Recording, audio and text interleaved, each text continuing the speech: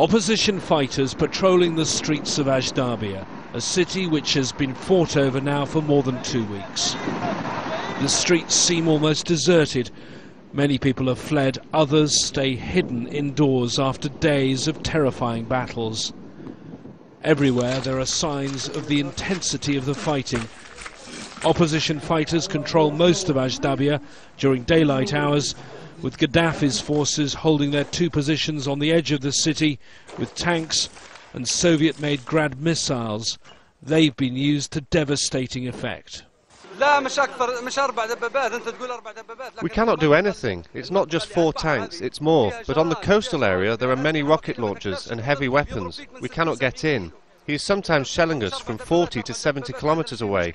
Now the jet fighters have dropped bombs on the entrances to the city, but there are still rocket launchers hidden among trees on the coast. We visited the city's main hospital as some medical supplies were being delivered. It too was hit by a missile. Most of the wards are empty, with the exception of a mother and her baby born just hours ago. The majority of the patients taken for treatment to the main hospital in Tobruk, over 4 hours' drive away. Doctors in this hospital are too scared to talk to us on camera. They say that Gaddafi's forces sometimes leave their tank positions at night and patrol this town in civilian cars with weapons.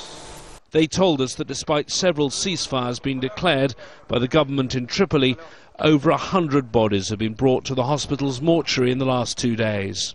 After a couple of hours in the city, we headed back out, taking a route through the desert.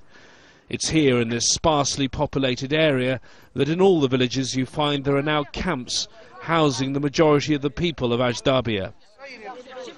This man showed us his car, which was hit a number of times as he fled from the city with his family. He says he thanks God that none of them were injured or killed. While Ajdabiya is still fought over, they have no choice but to stay here, not yet able to start rebuilding their lives and their homes.